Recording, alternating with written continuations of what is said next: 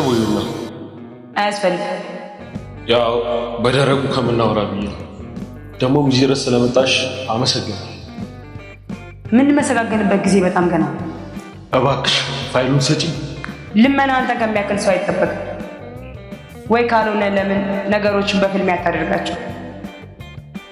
የለበስነው ልብስ እኮ መለኪያችን አይደለም። ማንም ሰው በልቡ እንጂ በልብሱ አያስብም። ልብና ልብስ ይለያያል እያልከኝ? እንደዛ ለማለት ፈልጌ አይደለም። አሁን እየኖርኩት ያለው ህይወት አይደለም የኔ ማንነት።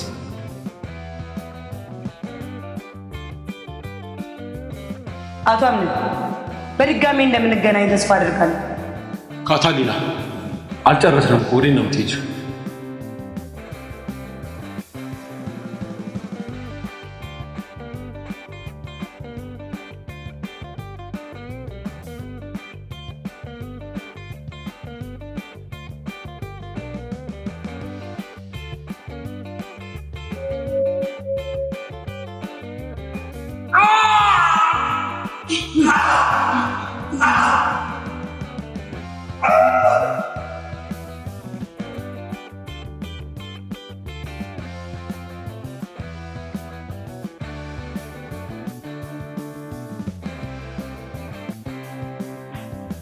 ለምን አንቺ እዚህ ቤት ውስጥ ካሉ ከሁሉም ሰዎች የምትለይ ስለሆንሽ አመሰግናለሁ። ለምን እያወቀስከኝ ስለሆነ። አንቺ ምንም ብልሽ ያንስብሻል እንጂ አይበዛብሽ። የምትፈልጊው ነገር ካለ ንገሪኝ። ለጠፋው ቅጣት ነው። ችግር የለውም። ስላልተመቸኝ እንጂ ቢመች እንደማጠፋ አውቃለሁ። አንድ የረሳሽው ነገር አለ። ምንድን ነው? ሰውን መረዳት። ዜሮ እንደዚህ ነበርኩ እንዴ? አዎ ቤል፣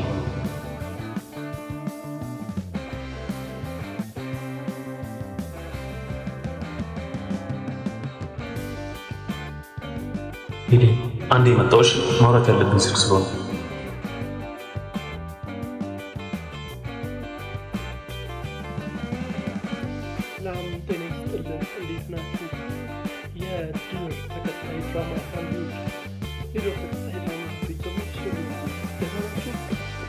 እኔ ደህና ነኝ አለሁ፣ እግዚአብሔር ይመስገን።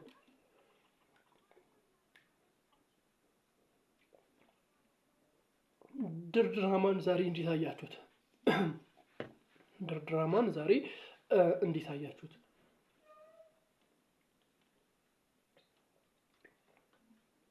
እንግዲህ ድርድራማ ዛሬ በጣም አሪፍ አካሄድ ነው ሄደው፣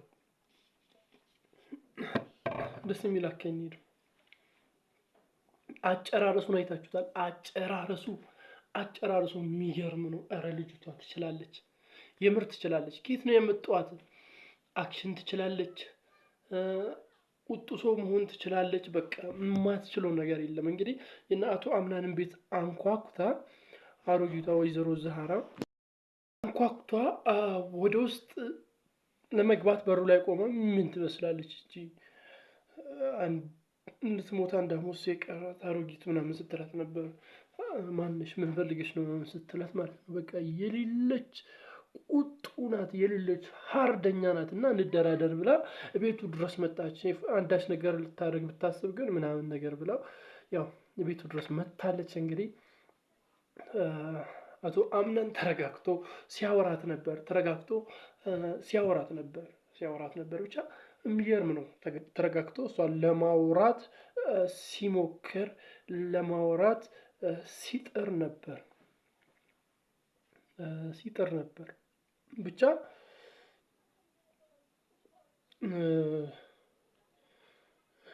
ነገሮች ከባድ ናቸው። እንግዲህ አይታችኋታል። ዶክመንቱን አታምጪ አትሰጪኝም ምናምን ሲለት ነበር። እንዳንተ አይነት ትልቅ ሰው ለዚህ ሲለምን ጥሩ አይደለም ስትለው ነበር። ብቻ ከዛ ልክ ተነስታል ልትሄድ ስትል ሽጉጥ የተኮሰችበት የአቶ አምናን ባልደረባ ጋር አይን ለአይን ተፋጠጡ እና እሱ ጋር ነው የቆመው። ተፋጠው ነው የቆመው እና ምን ይከሰታል ብላችሁ ታስባላችሁ? ምን ይከሰታል? ምን ይፈጠራል? ምን ይፈጠራል ብላችሁ ታስባላችሁ? ምን ይፈጠራል ብላችሁ ታስባላችሁ? እስቲ ሰዎች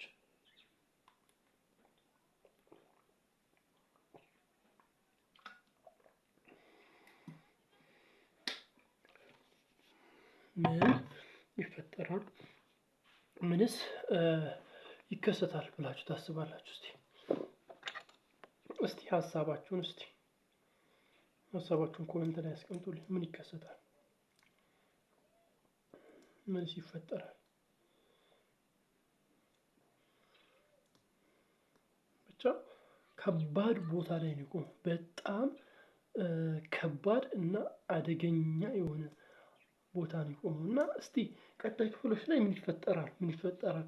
አቶ አምናን እሷ ሴትዮ ዶክመንቱን ሳትሰጠው ወይ ሳይደራደር ከዛ ግቢ እንድትወጣ ያደርጋታል።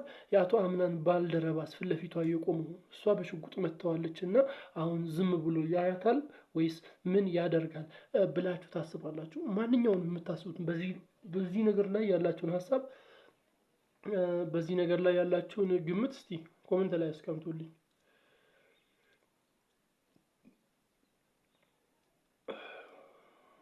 ኮሜንት ላይ አስቀምጡልኝ።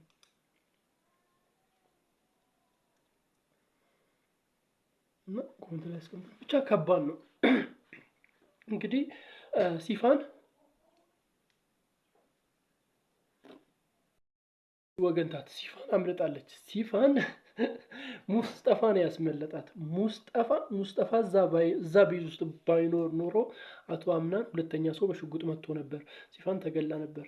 ነገር ግን ያው እንዳያችሁት ነው። በጣም በሚገርም ሁኔታ አቶ አምናን ሲያወራ ሙስጠፋ ስለሰማው ሙስጠፋ ደውሎ ነገራት ለሲፋን። ከዛ ቶሎ እንድትወጣ ቶሎ እንድታመልጥ ነው ቁም ሳጥን ውስጥ ገብታ ነው የተደበቀችው። ከዛም በኋላ መጥቶ ሲገባ የለችም እና ከዛም በኋላ ነው የወጣችው ሲፋን ማለት ነው። እና ለሲፋን ነገሮች ከባድ ሆነዋል። ቢያገኛት ኖሮ ያው አይምራትም፣ ግንባሯን ነው የሚላት። ሰውየው በጣም ነው የተናደደው፣ በጣም ነው የተቆጣው። እና ሲፋን አሁንም አንደኛ ደረጃ ተፈላጊ ናት፣ እየፈለጋት ነው። እና ከተገኘች ያው ዋጋዋን እንደሚሰጣት የታወቀ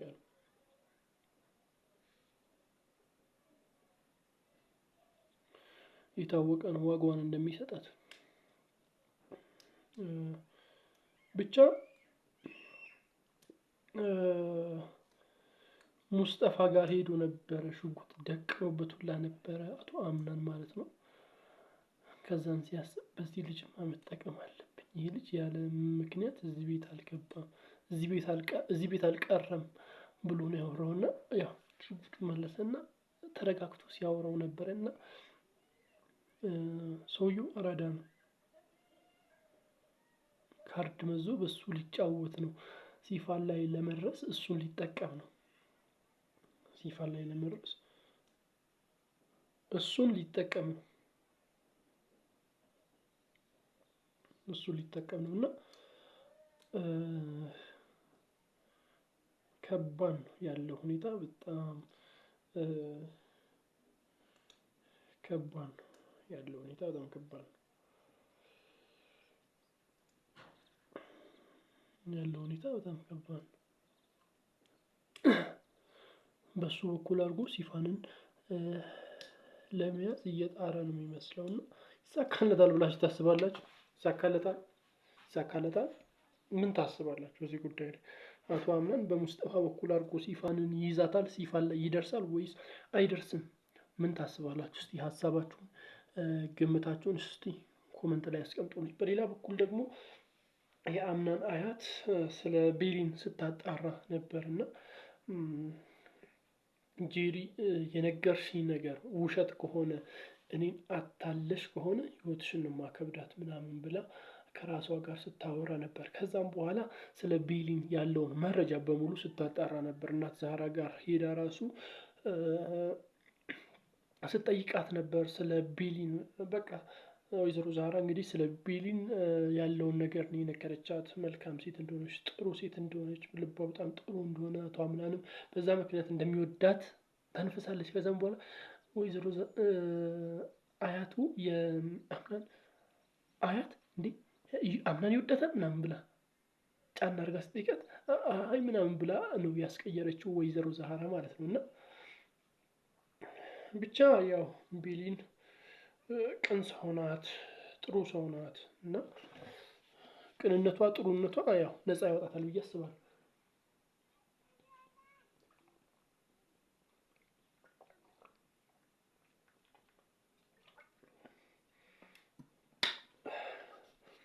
ነፃ ያወጣታል ብዬ አስባለሁ። እንደዛ ገምታለሁ። እናንተ በዚህ ጉዳይ ላይ ምን ሀሳብ አላችሁ? በዚህ ጉዳይ ላይ እስቲ ምን ግምት አላችሁ? ያላችሁን ግምት ያላችሁን ሀሳብ እስቲ በኮሜንት መስጫ ሳጥን ላይ አስቀምጡልኝ። ቻናል ደግሞ አዲስ ከሆናችሁ ሰብስክራይብ በማድረግ ደወል ምልክቷን መጫን እንዳይዘነጋ ባይ